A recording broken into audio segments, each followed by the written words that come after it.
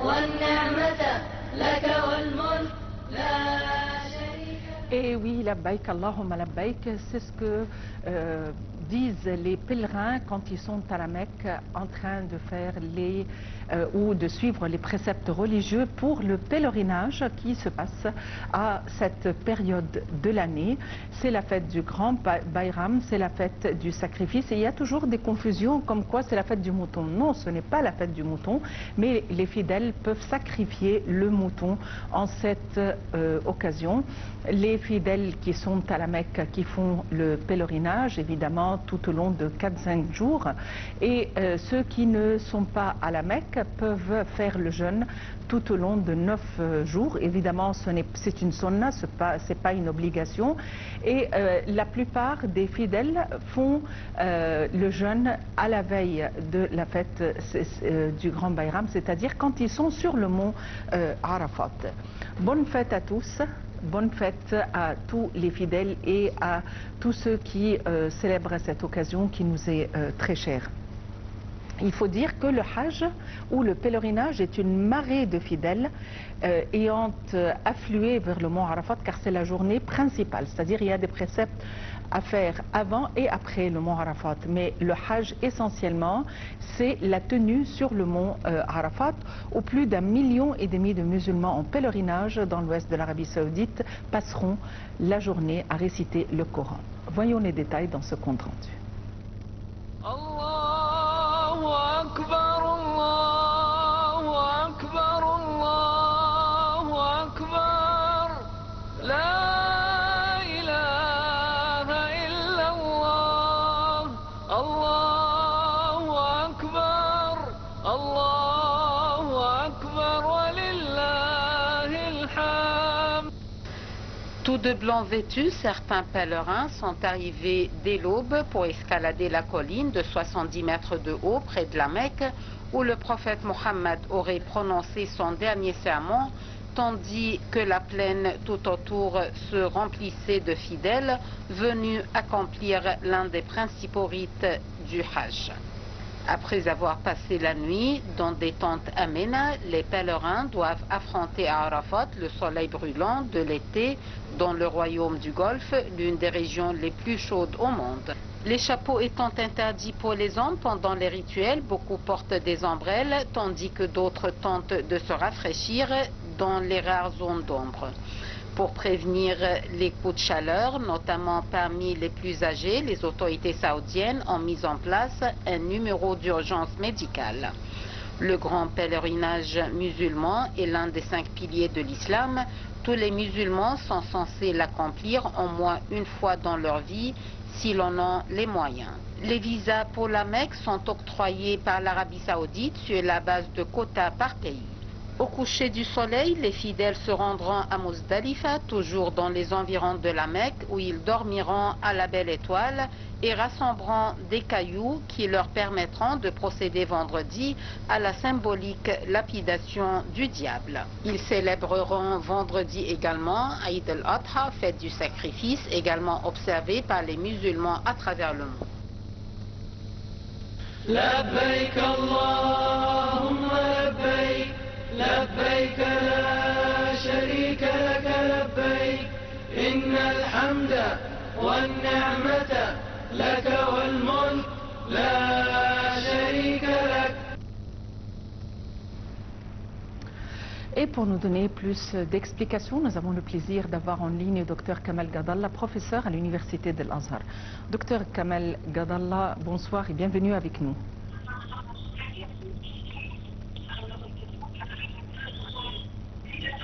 Dr Kamal Gadallah, êtes-vous en ligne?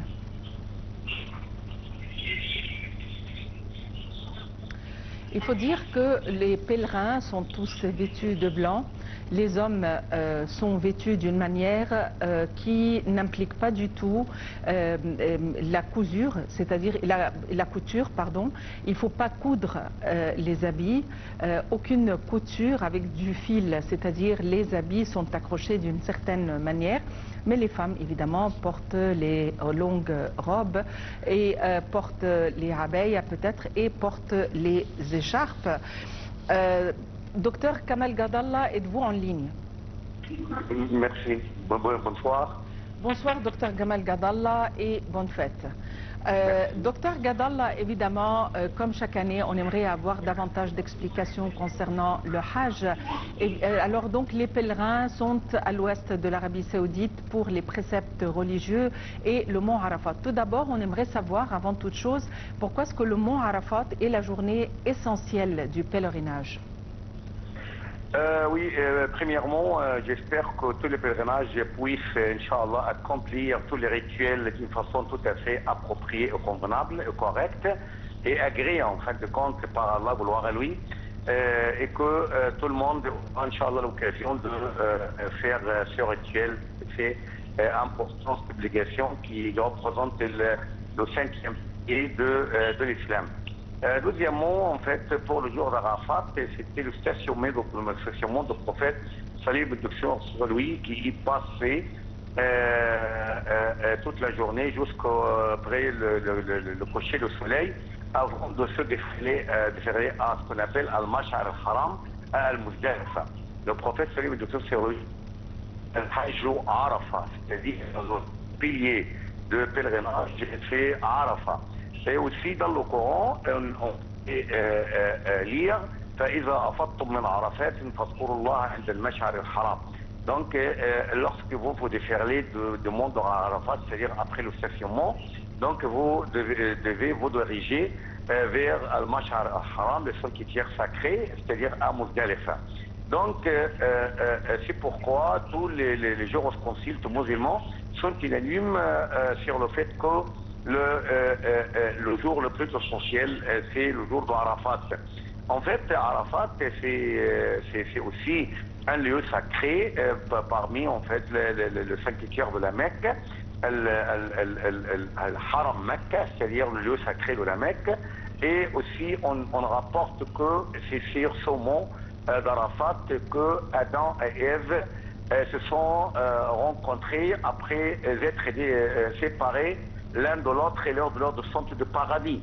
Donc c'est un endroit tout à fait primordial, tout à fait initial pour l'humanité entière.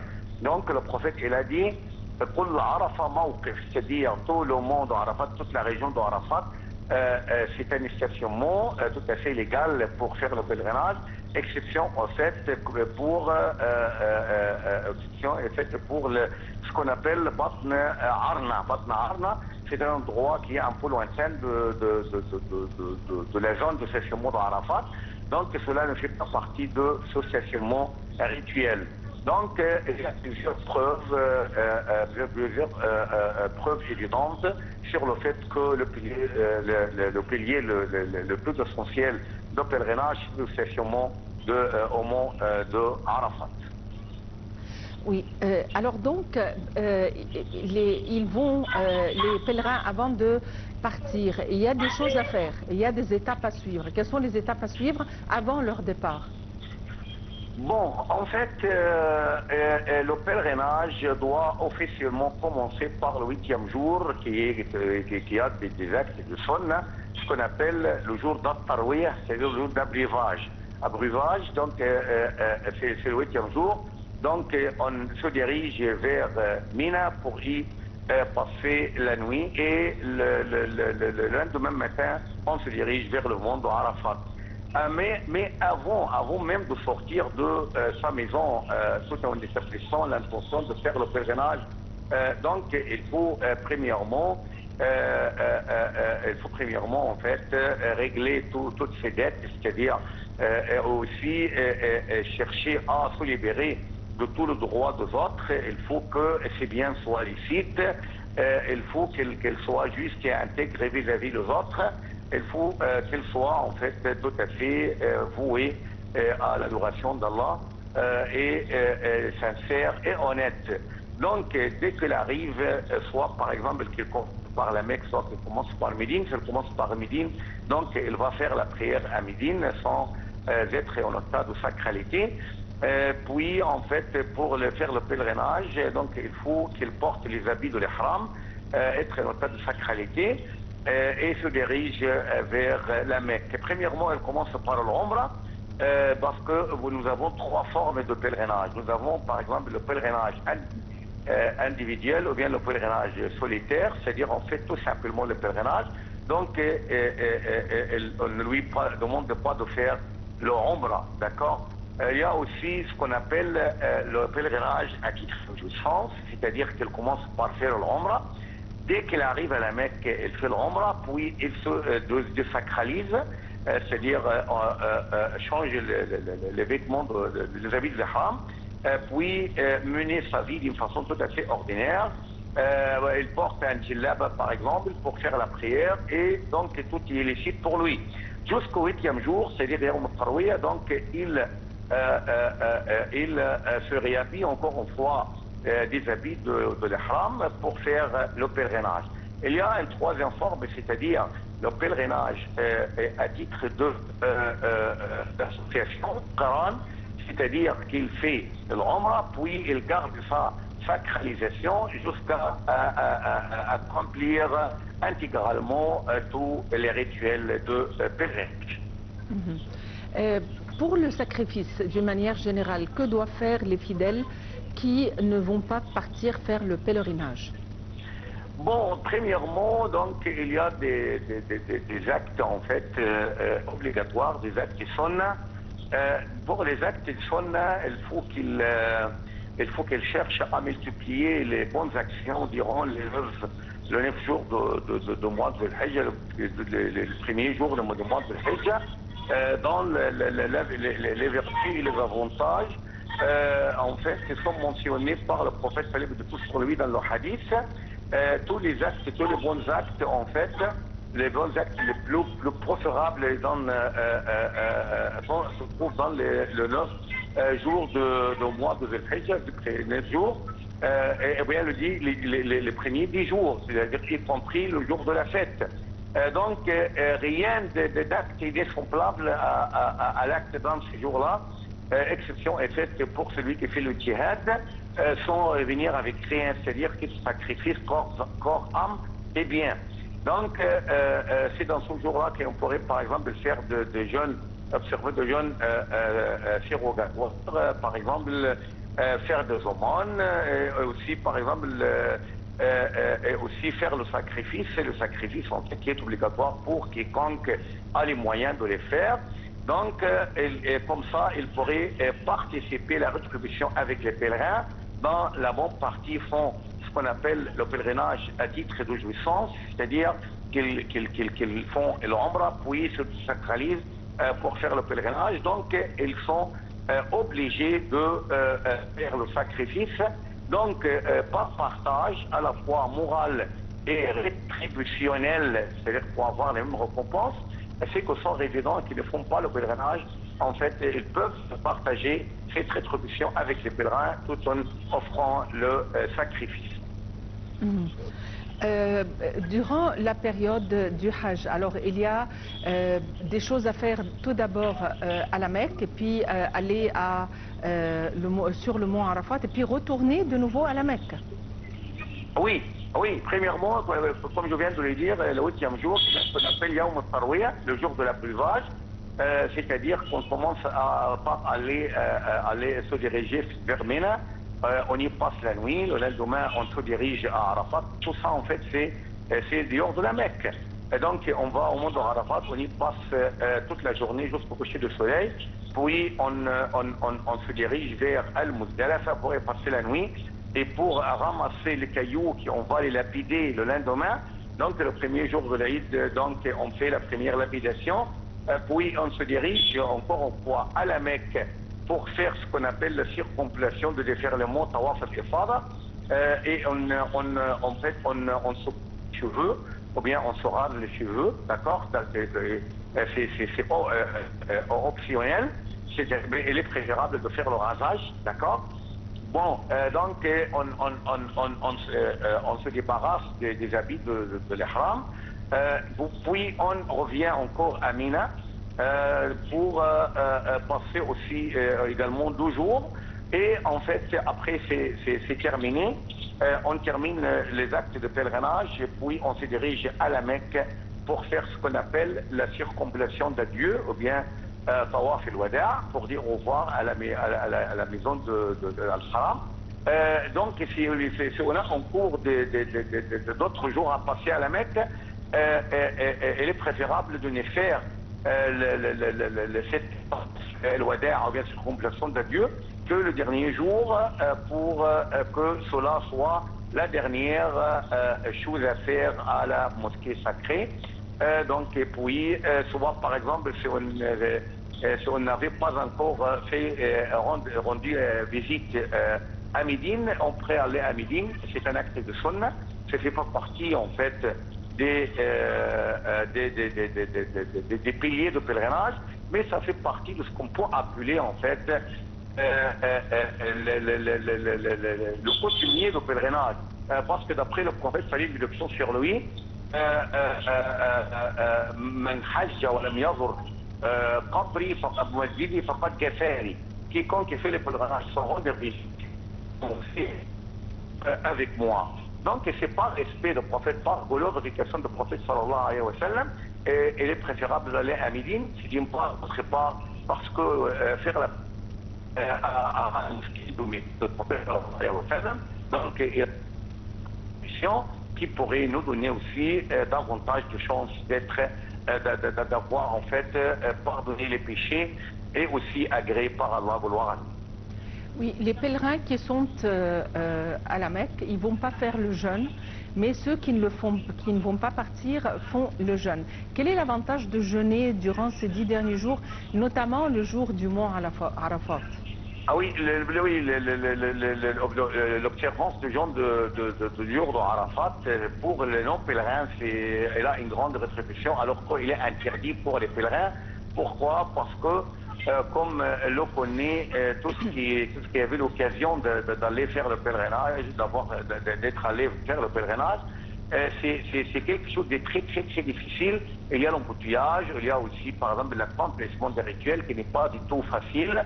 Donc à la lumière de cette fatigue tout à fait proverbiale et sans pareil, donc Allah, par miséricorde et clémence, n'a pas voulu imposer aussi encore un peu plus de gêne et de difficultés aux pèlerins. C'est pourquoi il a ôté aux pèlerins en fait la mission de observer le jeûne.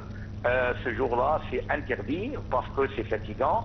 Donc, pour être en mesure de partager une partie de rétribution avec les pèlerins, les non-pèlerins sont invités à observer le jeûne ce jour. Oui, et ceux qui doivent sacrifier quand ils font des erreurs, par exemple, en matière de préceptes religieux, c'est-à-dire, est-ce qu'ils doivent faire ça à l'instant ou après le Hajj? Que doivent-ils faire? Bon, en fait, pour les sacrifices, pour les pèlerins, c'est une chose. Pour les non-pèlerins, c'est autre chose. Pour le pèlerin, par exemple, donc maintenant, il y a ce qu'on appelle le coupon de sacrifice qu'il faudrait payer. Et en fait, on va commencer l'égorgement de bêtes à sacrifier tout de suite après la prière de l'Aïd. Pour tous les musulmans, en fait, cela est faisable à partir de tout de suite après la prière de l'Aïd jusqu'au 4e jour de l'Aïd, jusqu'à la prière de l'Asr de l'après-midi. Avant et après, c'est un acte charitable qui n'a rien à voir avec le sacrifice rituel. Oui, et pour ceux qui vont faire le sacrifice, ceux qui ne vont pas partir à la Mecque, alors est-ce qu'ils doivent le faire absolument avant la prière ou est-ce que... Non, après la prière. Après la prière, c'est-à-dire le premier jour ou est-ce qu'ils ont le temps de le faire? Le premier jour, oui, ils ont le droit de le faire, le premier jour, le deuxième jour, le troisième jour de l'Aïd, le 4e jour jusqu'à la prière, à la salat de l'après-midi, l'Asr. Donc, si on annonce la prière de l'Asr, c'est fini, c'est terminé pour le sacrifice, ça sera une sorte de charité, acte charitable comme tout, comme n'importe quel moment de l'année. Mais la durée, en fait, de ce sacrifice se limite dans ce cadre-là, c'est-à-dire à partir de la fin de la prière de l'Aïd jusqu'au début de la prière de l'Asr, le 4e jour de l'Aïd, c'est-à-dire le 13e jour de Dhul Hijjah. Oui, docteur Kamal Gadallah, une question un peu philosophique, c'est-à-dire il y a le verset coranique qui parle du Hajj et qui dit qu'il s'agit de plusieurs mois connus, Al-Hajj Ashhurun Ma'lumat. Oui. Il y a des théories selon lesquelles on n'est vraiment pas censé à faire le Hajj uniquement durant ces jours précis et qu'on a un délai de plusieurs mois selon le verset coranique. Qu'est-ce qui fait qu'il y a quand même un dilemme en matière d'interprétation? Non, il n'y a pas de dilemme, mais il faut prendre en considération ce qu'on appelle le contexte, c'est-à-dire il ne faut pas décontextualiser les versets en fait coraniques parce que, comme vous le connaissez très bien, pour faire le pèlerinage, pour accomplir le pèlerinage, il n'y avait pour un moyen de transport que les chameaux. Donc les chameaux, ils pourraient porter par exemple une longue distance à partir par exemple du Yémen jusqu'à la Mecque, à partir de l'Irak jusqu'à la Mecque, à partir de l'Égypte jusqu'à la Mecque, du pays de Maghreb jusqu'à la Mecque. Donc il n'y avait pas en fait ce moyen de transport très rapide comme actuellement. Donc les ulama ont dit qu'on n'a pas le droit d'établir l'intention de faire le pèlerinage et de commencer à s'élancer pour faire le pèlerinage avant le mois de Shawwal. C'est-à-dire à partir du début du mois de Shawwal, on a le droit en fait de se préparer à faire le pèlerinage pour prendre les préparatifs, pour s'équiper bien et aussi pour avoir la chamelle ou bien le chameau. Et aussi, soit par exemple, si on préfère le faire à pied, on a le droit. Donc, il y avait certains qui pourraient dire que, étant donné que la distance est très longue, donc on pourrait commencer à partir du mois de Ramadan, à partir par exemple du mois du Shaban. Donc, le Coran a déterminé catégoriquement qu'avant le mois de Shawwal, on n'a pas le droit d'établir l'intention de faire le pèlerinage, ou bien par exemple de commencer le trajet pour faire le pèlerinage. Mais cela ne veut pas dire qu'on pourrait, par exemple, faire le station Arafat le mois de Qa'da ou bien le mois de Shawwal. Non, non, non. C'est pas dans ce contexte-là, mais ce sont les mois durant lesquels on se prépare en silence, on part pour faire le pèlerinage dans les jours bien déterminés, c'est-à-dire le 8e, le 9e, le 10e, le 11e, le 12e. De Dhul Hijjah, ce sont les jours où se concentre le Hajj. Et comme je vous ai dit aussi, hein, il ne faut pas oublier qu'il y a cette forme de Hajj, ce type de Hajj, à distance, où on commence par le petit pèlerinage, c'est-à-dire l'Umrah, puis par exemple on se débarrasse des habits de l'Ihram, être tranquille pour passer aussi des très bons moments à la Mecque pour faire la prière et tout. Puis, lorsque le jour de Hajj commence, donc on recommence aussi à faire la sacralisation pour passer les obligations de pèlerinage.